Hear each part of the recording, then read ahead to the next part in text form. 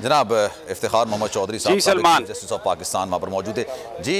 समीर इब्राहिम साहब भाई, सर मेरी आवाज़ आ रही है आपको? हाँ, आपने इफ्तिखार जी जी मुझे आ रही है आपकी आवाज़। जी सर, मेरी आवाज़ आ रही है? जी जी सर, कंटिन्यू करें। तो आप गुफ्तगू आपने सुनी है इफ्तिखार चौधरी साहब की। मैं अंदर ही मौजूद था कमरे में जिस वक्त उन्होंने ये कहा, उनकी वालदा ने यूँ उन्होंने हाथ जोड़ के कहा इफ्तिखार चौधरी साहब से कि आप माजरत के साथ मैं कह रही हूँ, आप माइंड मत कीजिएगा।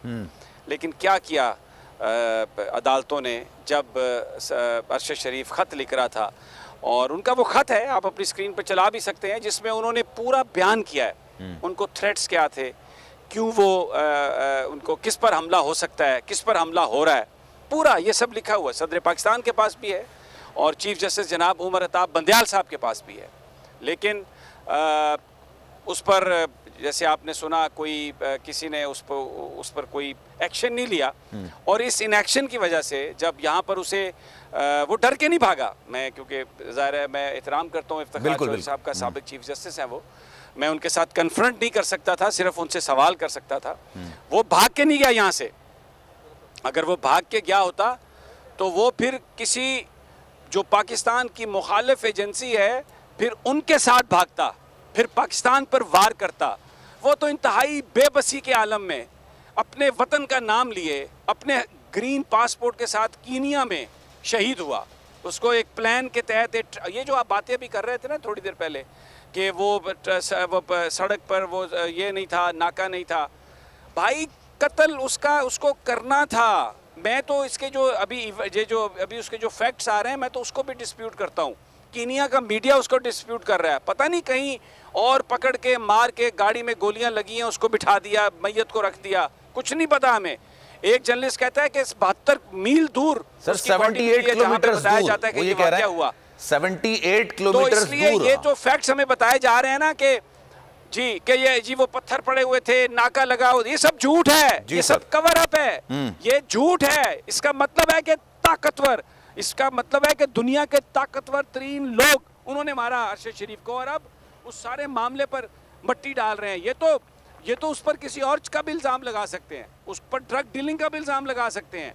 अभी तो उन्होंने इल्ज़ाम लगाया कि वो एक बच्चा अगवा हुआ था और ये शक था कि वो बच्चा इस गाड़ी में है। हो सकता है आगे जाके ये अरशद शरीफ को कोई अगवाकार भी कह दें, कुछ नहीं हमें पता। और मैं कहता हूँ बड़ी, आप देखें मैंने 2 अखबार भेजे हैं कीनिया के, उनकी आप हेडलाइंस देखें, उनका फ्रंट पेज देखें, और यहाँ पर जो बड़े बड़े आज़ादी सहाफ़त के चैंपियन अखबार हैं, खबर ढूंढने से मिलती है अरशद शरीफ की।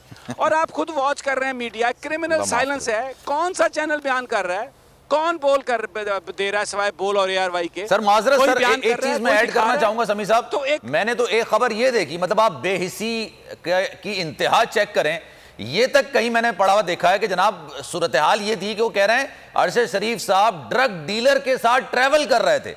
बेशर्मी की इंतहा है सर, मतलब इस हद तक नीचे अगर कोई गिर जाए तो उसको क्या करें?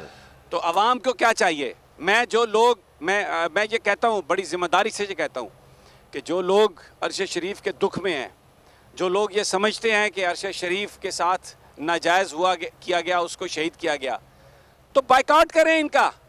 जो चैनल इस तरह की डिस्टॉर्शन करता है, जो चैनल इस तरह एक शहीद को ड्रग डीलर के साथ ट्रैवल करवा रहा है, क्यों देख रहे हैं आप उसे यार? दुरुस्त बात, उसकी सबसे बड़ी ये सजा है कि उसे देखना बंद करें, ताकि उसको फिर पता चले कि आप पाकिस्तान के लोगों को बेवकूफ़ नहीं बना सकते, कोई बेवकूफ़ नहीं बना सकता।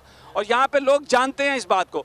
तो ये जो कहानी है ना सारी बयान की जा रही है वहाँ की, ये तो उनकी शहादत को छुपाने के लिए की जा रही है। उसके ऊपर जैसे वो चौधरी शुजात साहब से एक फिक्रा मंसूब है, मिट्टी पाओ, ये तो मिट्टी पाने के लिए सब कुछ किया जा रहा है। तो आपने इफ्तिखार चौधरी साहब को सुन लिया, 2 बातें उन्होंने कही कि कीनिया के इदारे उन्होंने कहा मजबूत नहीं है, दूसरे लफ्ज़ों में ये कि माल लगाओ, जो मर्जी करवा लो, हो गया।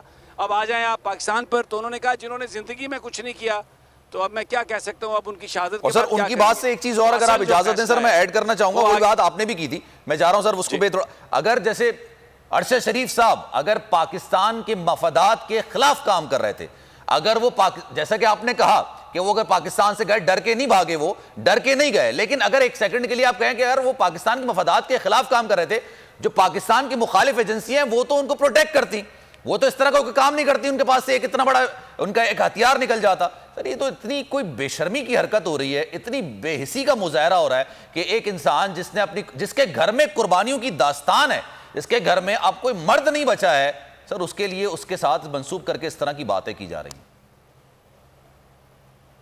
तो बेसिकली यही वो पॉइंट है कि अगर यहाँ पर आपको पता है कि ये बहुत सारे इतने बड़े ओहदे पर भी लोग फाइज नहीं होते, लाखों रुपए बना लेते हैं, इधर एम्बेसियों में जाते हैं, उनके मुखबर बन जाते हैं। तो अगर अरशद शरीफ जैसा आदमी खुदा न खास्ता अगर पाकिस्तान के खिलाफ सोच रहा होता तो किसी के साथ भी डील कर सकता था। उसका दुबई में अमेरिका का वीजा रिजेक्ट ना होता, उसको अल्ताफ हुसैन को तो एक मर्डरर को बरतानिया ने बिठाया हुआ है, हर चोर अमेरिका में जाके इलाज करवाता है। वो नवाज शरीफ बैठा हुआ है पाकिस्तान का सबसे बड़ा चोर, उसको तो वापस नहीं करते, अरशद शरीफ को वीजा नहीं देते। तो इससे आपको पता चल जाएगा कि उसने अपने मुखालिफ, हमारे मुल्क के या अवाम के मुखालिफ जो लोग हैं उनसे हाथ नहीं मिलाया, उनकी तरफ नहीं देखा, पाकिस्तानी रहा, शहादत तक पाकिस्तानी रहा। अब ये मैं तो इसलिए कोई मुतालबा ही नहीं करता किसी कमीशन का। ये कमीशन बनाने वाले ये क्या इंसाफ दे सकते हैं? मेरा मौला इंसाफ देगा, पाकिस्तान के लोग इंसाफ लेंगे और निकलेंगे इस मुल्क में हकीकी आज़ादियों के लिए।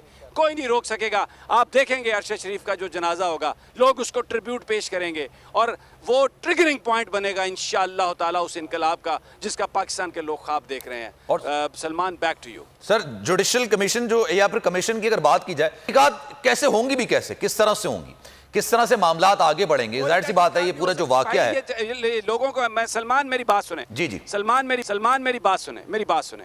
कोई तहकीकात नहीं हो सकती। ये जिन लोगों ने मारा वो तहकीकात करेंगे, जिन लोगों ने इस मुल्क में उसको जिंदगी उसकी तंग की, ज़मीन तंग की, ये उसकी तहकीकात करेंगे। जिन लोगों ने दुबई से निकलवाया ये उसकी तहकीकात करेंगे। और अगर तुम में दम खम होता तो तुम उसको यहाँ से जाने ही ना देते। तुम में तो कोई दम खम नहीं है। क्या आप किसी को इंसाफ दोगे उसकी शहादत के बाद? और वो जो माँ बैठी हुई है वहाँ पर, वो निडर माँ जिस पर पूरा पाकिस्तान आज फख्र कर रहा है, जो कह रही है कि मुझे सिर्फ अपने बेटे की मैयत चाहिए ताकि मैं उसकी बरियल कर दूं। और इमरान खान से उसने कहा सिर्फ 1.25 महीना मुझे दे दो उसका 40वां, उसके बाद जहां कहोगे अपने पोते पोतियों को लेके खड़ी हो जाऊंगी आके इस पाकिस्तान के लिए, क्योंकि मेरे दोनों बच्चों ने पाकिस्तान की जान दी, मेरे हस्बैंड ने सारी ज़िंदगी पाकिस्तान नेवी में, पाकिस्तान की फ़ौज की सर्विसेज में गुजारी। हम पाकिस्तान के लिए पहले भी जान दी और आगे भी जान देंगे। तो क्या कौम इसको भूल जाएगी? ये खौफजदा हो गए हैं, ये डर गए हैं। अब कोई तहकीकात की बात कर रहा है, अब कोई कमीशन बनाने की बात कर रहा है, इसलिए कि अवाम के गुस्से से डरे हुए ये लोग हैं। लेकिन हर शख्स, हर घर आज अरशद शरीफ के गम में अश्कबार है। और मैं आपको बता रहा हूँ कि ये जुमेरात को जो उसकी तदफीन होगी उसमें वो अल्लाह ताला भी फरमाते हैं और बड़े बड़े जो हमारे बुज़ुर्ग हैं उनसे ये चीज़ मंसूब है कि हमारे जनाजे इस बात का तयन करते हैं कि हकदार कौन था और गुनाहगार कौन था। अरशद शरीफ का जनाजा ये दिखा देगा इस दुनिया को कि वो शहीद, और ऐसा शहीद जो इस पाकिस्तान में इनकलाब लाने का बायस बनेगा। बहुत खूबसूरत बात की सर आपने, बहुत अच्छी बात की समीर इब्राहिम साहब। और वाकई में जो वालिदा अरशद शरीफ साहब की हैं, बहादुरी का, जिस दिलेरी का वो मुजाहरा कर रही हैं, जिस दिल का वो मुजाहरा कर रही हैं, पूरी पाकिस्तानी कौम उनको सलाम पेश करती है। जनाब, अगर ये वीडियो आपको पसंद आई है तो लाइक पर क्लिक जरूर कीजिएगा। एक बार फिर नंबर 1 बोल न्यूज ने एक बार फिर सारे रिकॉर्ड तोड़ दिए। 8 दिन के अंदर अंदर लॉन्ग मार्च का ऐलान हो जाएगा। इलेक्शन पे तवज्जो करते और इसके बाद जो है हम इसको निपटेंगे। बोल का प्रोग्राम नेशनल डिबेट 11 बजे की स्लॉट में सबसे ज्यादा देखा गया। बंद गली में तो नहीं फंस गया है कि फाइनल कॉल की अनाउंसमेंट ही नहीं होके दे रही? वो बंद गली पहुंचते पहुंचते वजीर आज़म की कुर्सी तक पहुंच गए। 68% सार्फिन ने सिर्फ बोल देखने का इंतखाब किया क्योंकि बोल है नंबर 1। सबसे बड़ी कवरेज, सबसे बड़े पैनलिस्ट, हमने तो बड़ी PMLN के वार सहे, वो भी बिला वजह। सबसे ज्यादा रिपोर्टर्स। इलेक्शन कमीशन की जानिब से कोई इंतजाम इतने अच्छे तरीके से नहीं किए गए। बोल की रिवायत, सबसे पहला नतीजा। अहम खबर है बहावल नगर भी कप्तान का, PTI कामयाब, मुकम्मल गैर हतमी गैर सरकारी नतीजा सिर्फ बोल न्यूज पर। लम्हा बा लम्हा इलेक्शन की खबर सिर्फ बोल पर। सब्सक्राइब करें और बेल दबाएं ताकि कोई खबर रह न जाए।